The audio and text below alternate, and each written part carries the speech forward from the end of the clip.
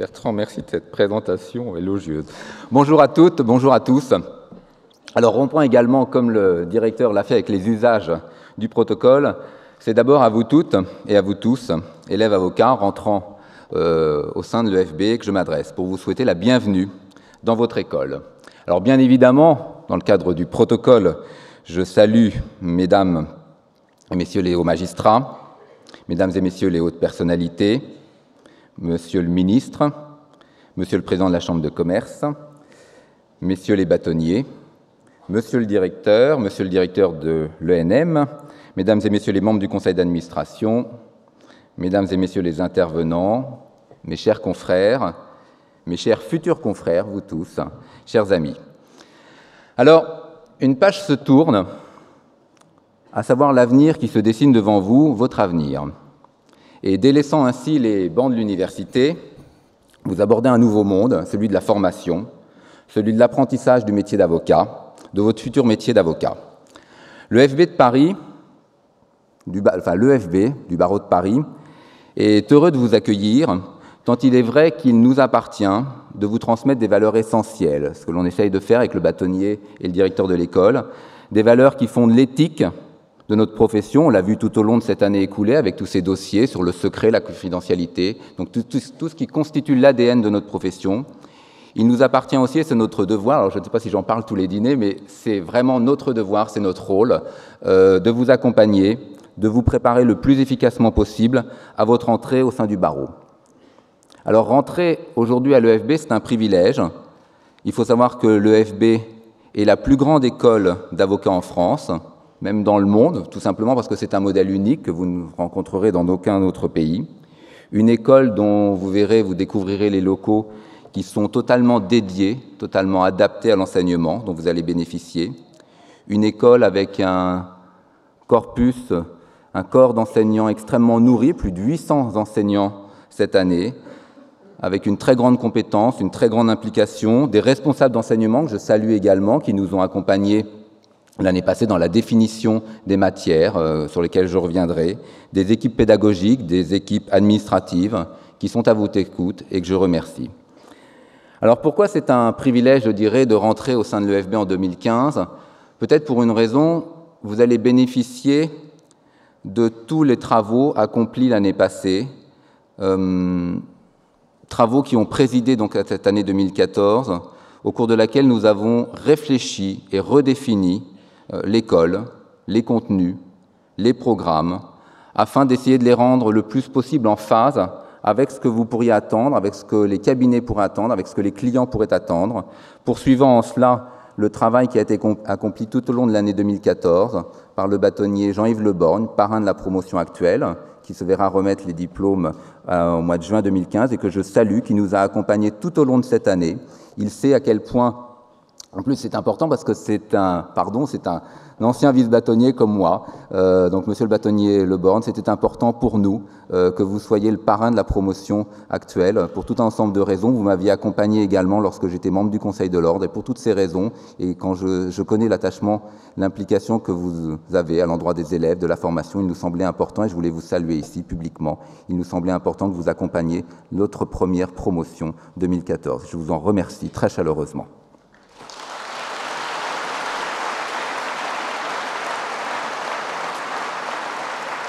Alors, vous tous, élèves, aujourd'hui, vous êtes de la promotion Henri Leclerc.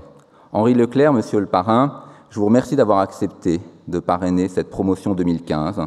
Henri Leclerc, et vous verrez tout à l'heure un petit film retraçant le parcours actuel et peut-être à venir également d'Henri Leclerc. Henri Leclerc, donc je rappellerai que dès 1957, vous vous êtes fixé comme ligne de conduite de convaincre, de séduire, soucieux non pas des bons mots, non pas de la formule, mais de l'efficacité avant tout. Acrobate, trapéziste, stratège, les audiences se transforment un peu en pulses géants, où chaque élément retrouve sa place, car il vous appartient, il appartient à l'avocat, selon vous, de rendre le bon éclairage. Est-il utile de rappeler les causes que vous avez défendues ? Libération, le mathématicien Alexandre Grothendieck, Richard Roman, Florence Ray, le docteur Archambault, Jacques Viguier, Véronique Courgeot, Dominique de Villepin, Dominique Strauss-Kahn, partie civile dans l'affaire Omar Haddad, est-il utile également de rappeler vos engagements aux côtés des mineurs de fond, des agriculteurs, des éleveurs, démunis face à de grands groupes alimentaires, de la CFDT, des syndicalistes et militants sans ressources, des immigrés victimes de sévices policiers. Est-il utile également de rappeler votre combat incessant pour une presse indépendante que je salue aujourd'hui, endeuillée par les événements de ce matin?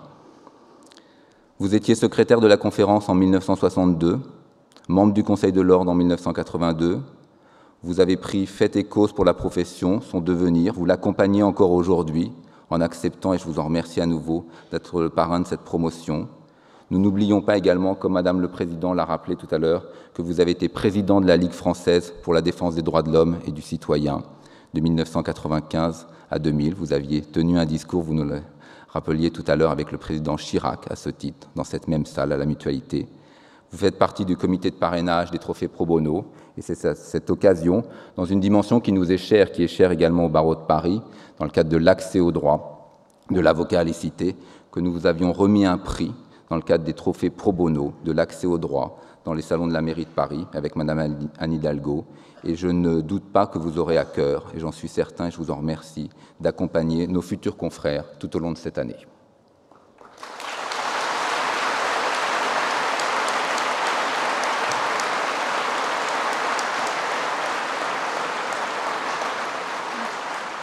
Alors, l'école. Alors, je ne sais pas si j'en parle à chaque dîner, mais en tout cas, une réalité, c'est effectivement, c'est un des socles, c'est un des projets fondamentaux de notre programme lorsque nous étions candidats, lorsque nous étions dauphins dans le cadre de cette première année de mandat. C'est vraiment un des socles de notre programme. Pour tout un ensemble de raisons sur lesquelles je vais revenir, mais peut-être la première, le barreau, et vous verrez, cette famille, est un univers dans lequel la transmission des valeurs, des pratiques est essentielle. C'est pourquoi nous investissons de façon très significative dans la formation de nos successeurs, de nos confrères.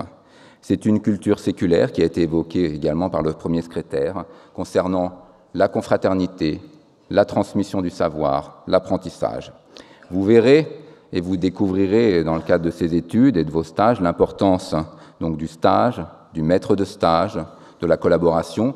Comme le directeur de l'école le disait tout à l'heure, vous rentrez aujourd'hui dans une grande famille que vous ne quitterez jamais.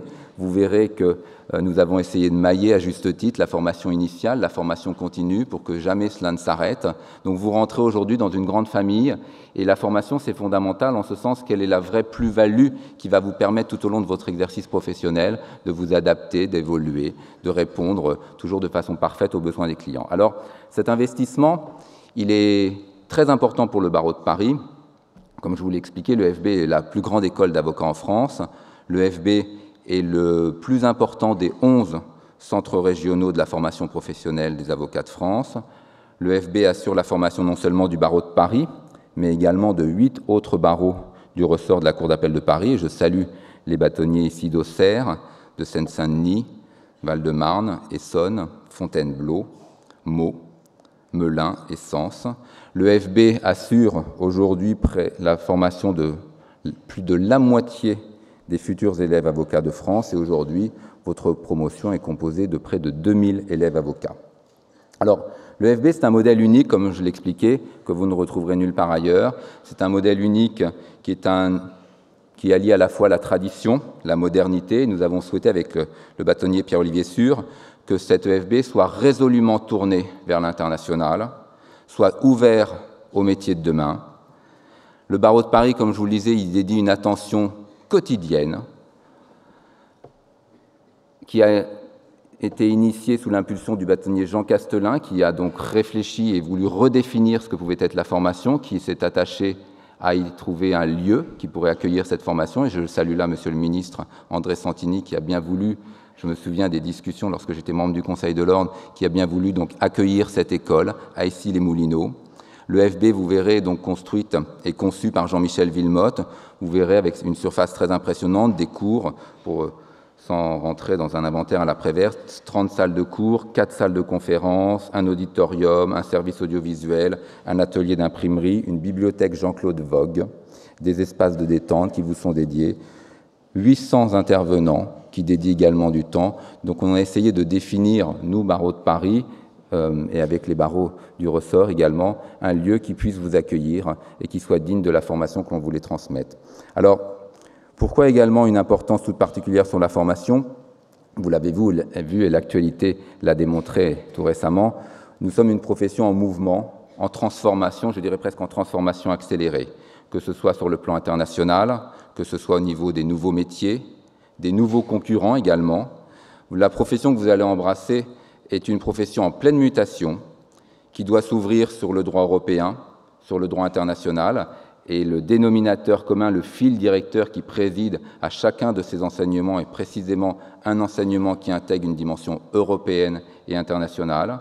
Vous verrez, si ce n'est que de nouveaux champs d'activité ont déjà vu le jour, c'est ce que nous avions évoqué, notamment au Conseil, avec l'avocat fiduciaire, l'avocat tiers de confiance, l'avocat agent sportif, l'avocat mandataire en transactions immobilières, l'avocat agent artistique, l'avocat correspondant informatique et liberté, l'avocat lobbyiste. Donc notre profession s'inscrit, vous voyez également, se tenait la rentrée du barreau de Paris en cette même salle dans un débat peut-être compliqué, mais présent, sur les nouveaux métiers, la réglementation de notre profession, si réglementation il doit y avoir, les combats qui sont menés justement pour que la confidentialité, le secret reste toujours, et l'indépendance reste toujours l'ADN de notre profession, la réforme Macron dont vous avez toujours beaucoup entendu parler. Pour reprendre les mots de Monsieur le Président Robert Badinter qui s'exprimait ici et lors d'un congrès de la FNUJA, il expliquait que la profession sera internationale, judiciaire et dématérialisée. Voilà les trois enjeux, les trois défis qu'il nous faudra relever. Donc ces bouleversements constituent incontestablement des défis à relever. Donc à nous, à vous, de les apprivoiser, de les appréhender le plus largement possible, de réfléchir à ce que devait être et à ce qu'est une profession moderne, de réfléchir aux attentes, aux besoins des clients, que ce soit des personnes physiques, personnes morales, aux justiciables, de réfléchir à ces préoccupations majeures, et c'est ce qui a présidé, je vais décliner maintenant ce que l'on a mis en place l'année passée, et que l'on va poursuivre autour de cet exercice 2015, c'est ce qui a présidé à toute notre réflexion, comme je le disais, dans cette année de Dauphinat et cette première année de mandat. Alors, l'enseignement, il a été, sans prétention, redéfini, je dirais, dans sa presque intégralité. On s'est mené à une réflexion prospective. Cette réflexion prospective, elle trouve son fondement dans une institution que vous connaissez peut-être qui s'appelle la Caravane. La Caravane, c'est un groupe de jeunes lorsque nous étions en campagne, et le nombre d'élèves avocats aujourd'hui en témoigne.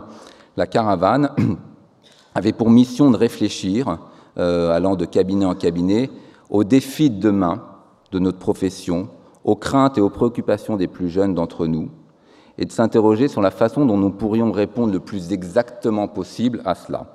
Et donc la Caravane était pour nous un révélateur. Nous n'intervenions pas dans la Caravane, c'est un groupe de jeunes totalement indépendants qui nous a simplement restitué un livre blanc à l'issue de la campagne, qui faisait part de ses préoccupations. Alors les préoccupations, les interrogations des plus jeunes, et de vous, je suppose que vous partagez les mêmes, c'était l'opportunité ou non de mettre en place un numerus clausus face à un nombre croissant, et comme monsieur le directeur l'a expliqué, une profession extrêmement attractive. Ici, dans le cadre de l'université d'hiver, qui s'est tenue également ici avant la rentrée du barreau de Paris, il y a un sondage qui a été fait par l'IFOP auprès de l'ensemble de la profession, des 27 000 confrères, avec un taux de représentativité très important, puisque plus de 20% des confrères ont répondu à cela.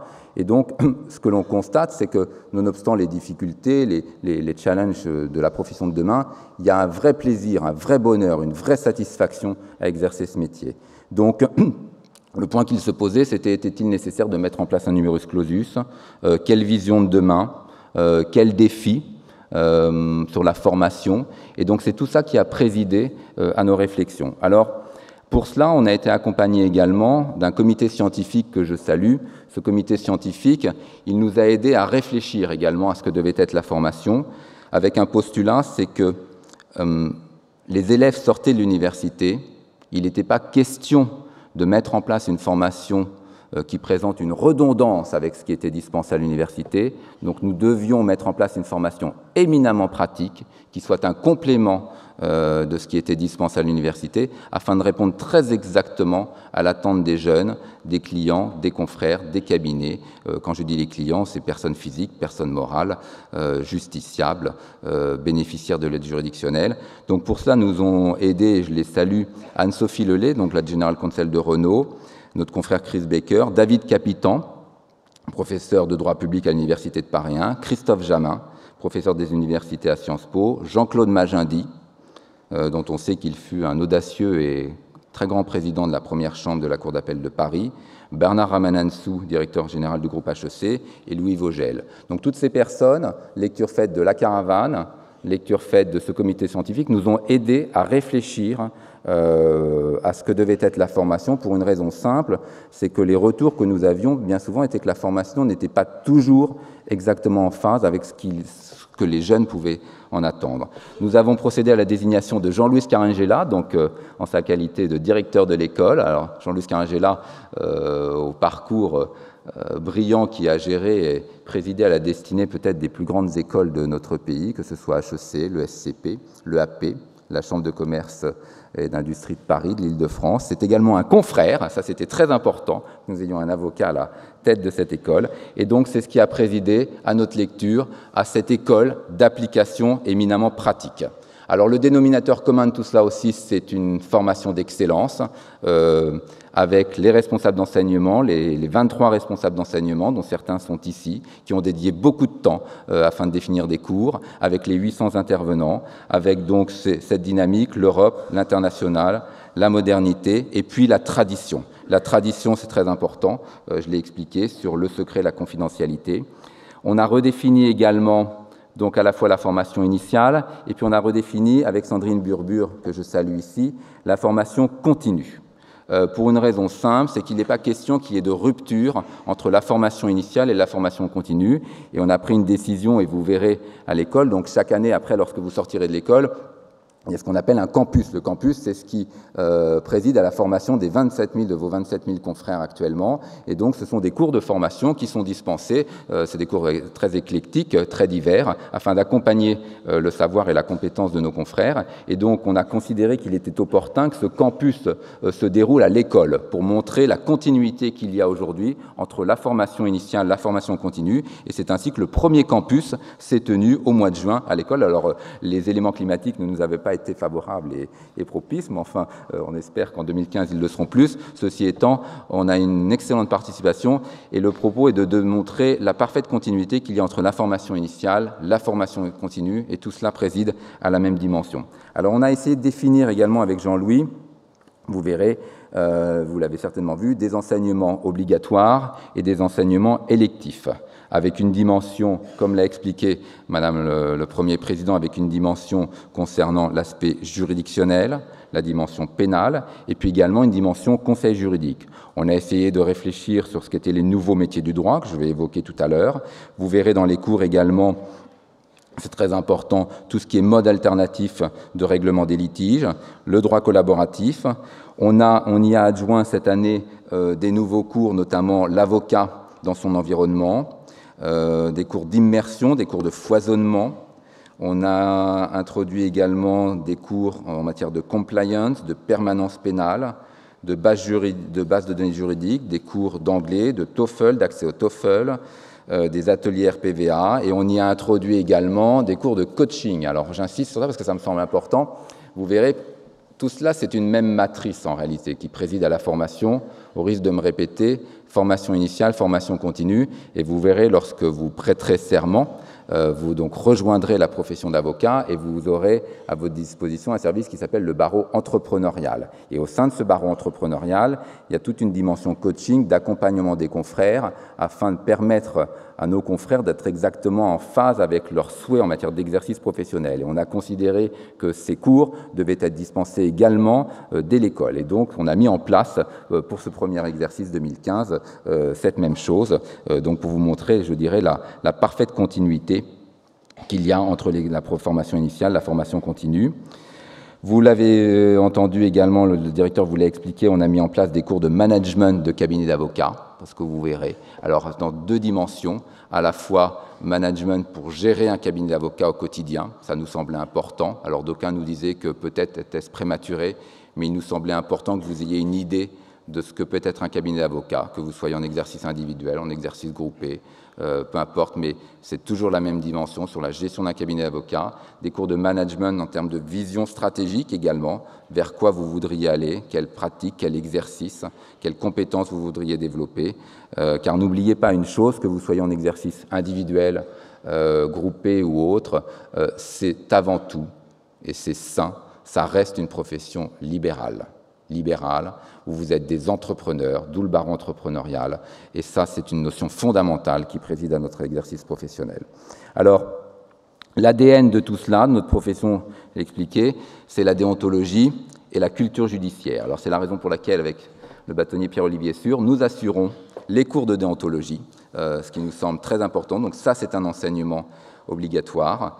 Ça constitue l'ADN de notre profession. Et puis, vous avez à côté tout un ensemble d'enseignements électifs.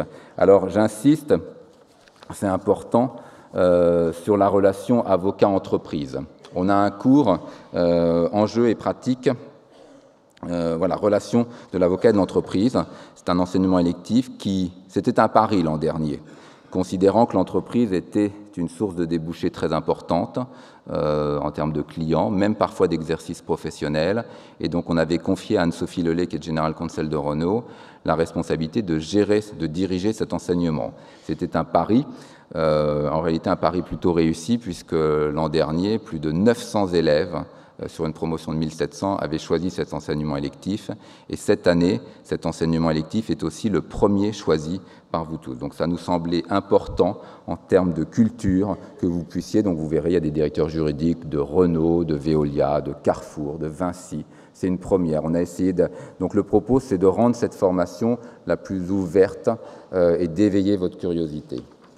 Alors les outils à votre disposition, on a mis en place également une fondation, la Fondation du droit. Alors la fondation, c'est très important, puisque, je l'expliquerai tout à l'heure, sur la dimension internationale, on a noué tout un ensemble d'accords. La fondation, c'est le véhicule qui agrège l'ensemble du savoir de notre profession, qui nous est très utile à l'étranger pour signer ces accords. Alors pourquoi ça nous est utile?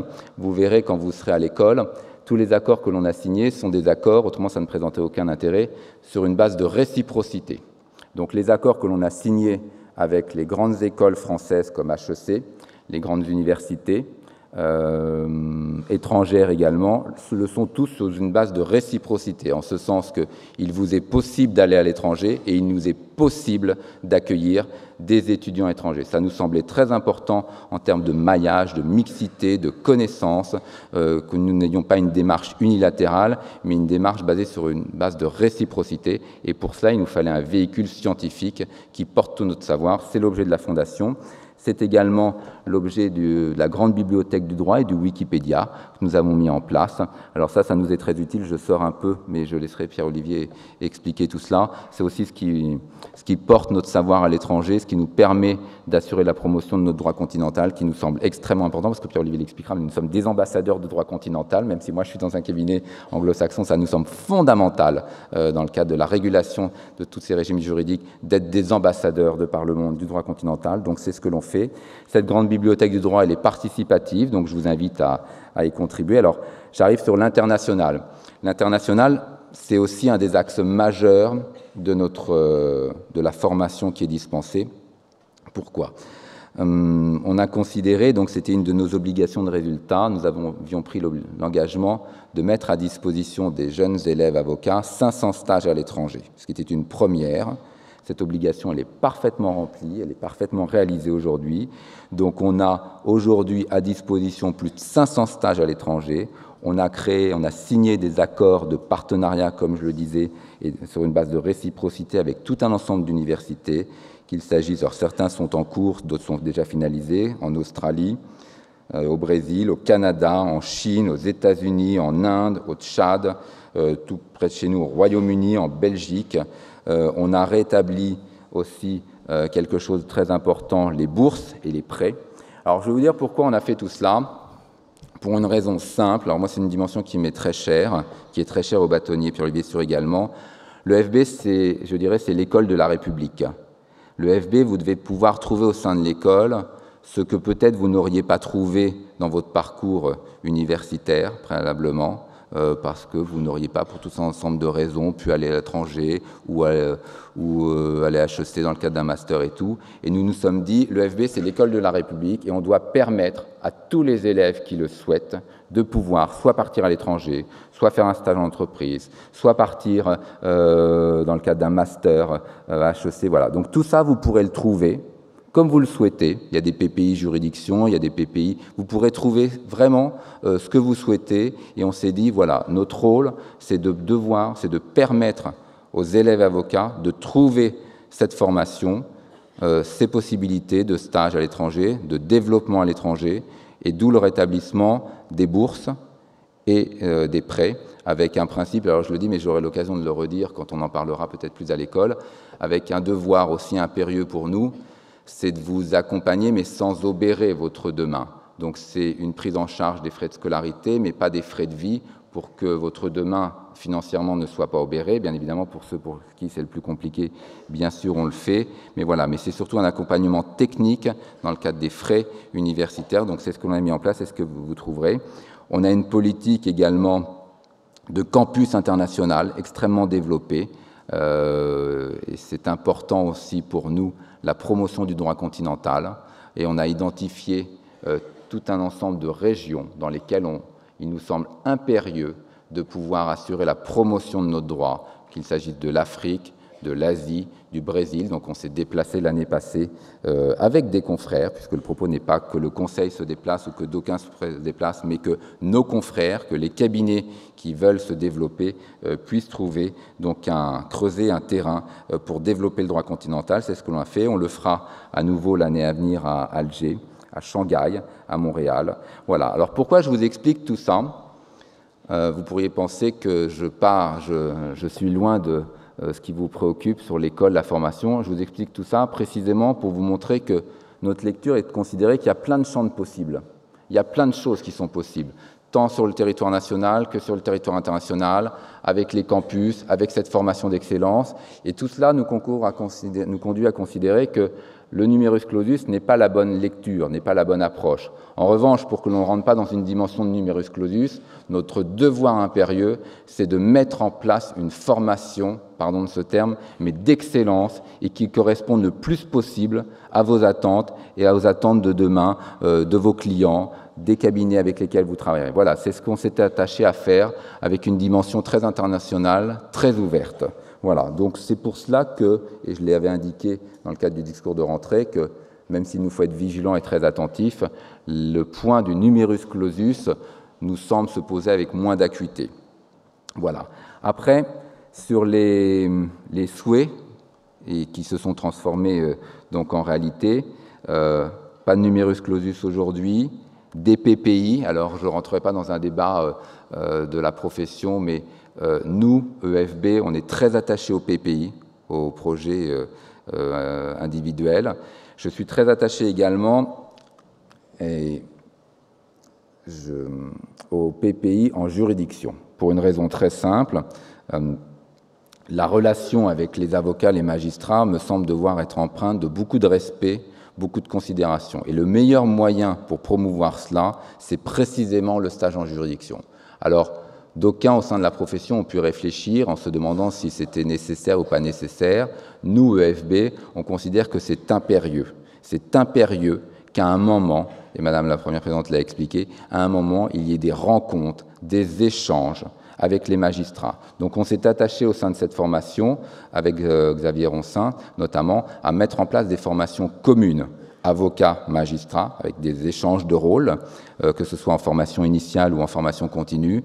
Et aussi ce qui préside à cela, c'est les stages en juridiction. Donc vous verrez, on a je dirais une attention très particulière concernant les stages en juridiction. Vous avez donc une possibilité également d'être des éléments, des acteurs, je dirais, de cette réflexion, et ce qui le plus grand révélateur de l'exercice 2014 sur le fait que l'école est un acteur qui contribue à cette réflexion, c'est la mise en place de ce qu'on appelle la clinique du droit. Donc vos prédécesseurs au sein de l'école ont mis en place une clinique du droit, ce qui est une première, donc ils sont venus devant l'école, devant le Conseil de l'ordre, pardon, ils nous ont expliqué ce que pourrait être la clinique du droit, comment l'exercer. Alors la clinique du droit, c'est quoi? Ça préside, c'est la même dimension que ce que l'on a fait, monsieur le parrain, sur le parvis de la mairie de Paris, de l'accès au droit. La clinique du droit, c'est quoi? Donc c'est la faculté pour les élèves avocats de dispenser des conseils, des diagnostics juridiques oraux aux plus démunis, sous le tutorat bien évidemment d'avocats volontaires, dans le cadre de formation et de consultations gratuites, avec un droit de suite. Donc les élèves, vous voyez, ont contribué également à une chose qui nous est très chère, qui est très importante, sur l'accès au droit par ce véhicule, et je vous encourage à poursuivre ce véhicule de clinique du droit. Cette clinique du droit, donc, elle exerce à la fois, elle a débuté à l'école, elle exerce également au sein du palais. Je vous invite à poursuivre cela, et c'est très important dans cette dimension d'accès au droit. Alors voilà, donc la dimension, la relation harmonieuse avec les magistrats, je l'ai évoqué, je ne reviendrai pas dessus. Moi, je suis quand même, pour vous témoigner de mon expérience professionnelle, je suis un homme de contentieux. Donc pour moi, c'est quelque chose de fondamental, la relation avec le magistrat. Madame la Première Présidente n'est pas là, mais je le dirai peut-être encore plus fort en sa présence. C'est quelque chose de stratégique. Vous l'avez vu dans tous les dossiers, dans toute l'actualité cette année écoulée, parfois avec des relations compliquées, dans cette dimension d'écoute. Donc c'est fondamental, et c'est la raison pour laquelle nous avons demandé à l'ancien premier président de la Cour d'appel de Paris, Jean-Claude Magendie, de s'assurer d'un cours, vous verrez, qui fonctionne extrêmement bien, sur le foisonnement. Donc ça, c'est quelque chose de très important, et je vous demande d'y dédier beaucoup d'attention. Je vous demande également, dans le cadre des stages que vous effectuerez en juridiction, parce que vous êtes les ambassadeurs de notre profession, d'y prêter énormément d'attention, beaucoup de considération. C'est quelque chose de très, très, très important dans le cadre de la relation avec les magistrats. Voilà. Donc pour vous dire et pour conclure, cette école, c'est la vôtre. Il vous appartient de prendre votre destin en main. Il vous appartient de ne pas vous spécialiser maintenant, je dirais. Ce qu'on a essayé de vous offrir avec le bâtonnier Pierre-Olivier Sûr, c'est une école un peu de la curiosité. Vous verrez, donc il y a des enseignements obligatoires avec la déontologie, ça c'est fondamental. Et puis vous avez tout un ensemble d'enseignements électifs. Donc si j'ai un conseil, une suggestion, soyez curieux, soyez audacieux, allez dans ces cours, allez écouter vos confrères qui vont vous apporter leur témoignage, leur savoir sur tout un ensemble de choses, en management, en gestion de cabinet, en matière pénale, en matière d'accès au droit. Vous voyez, on a fait de pratiques de droit des étrangers, on a fait quelque chose de très éclectique. Soyez curieux, soyez audacieux. C'est la meilleure façon, le meilleur moyen, me semble-t-il, pour que vous puissiez répondre aux besoins et aux attentes des clients de demain. Donc cette école, c'est vraiment la vôtre. Je ne sais qui au sein de vous seront les représentants au sein du conseil d'administration des élèves. J'insiste également sur, je dirais, le caractère extrêmement précieux, extrêmement utile pour nous, Pierre-Olivier et moi, que vous nous restituiez ces informations. Voilà ce qu'on a essayé de faire pour répondre le plus possible à ce que vous pourrez, aux défis que vous pourrez connaître demain. Donc voilà, donc n'hésitez pas à vous approprier cette école, c'est la vôtre. Soyez-y les bienvenus. Voilà, merci de votre confiance, merci de la confiance que vous pourrez nous témoigner, et témoigner au directeur, à l'ensemble des membres administratifs, et en quelques mots, donc bienvenue à toutes et bienvenue à tous. Merci beaucoup.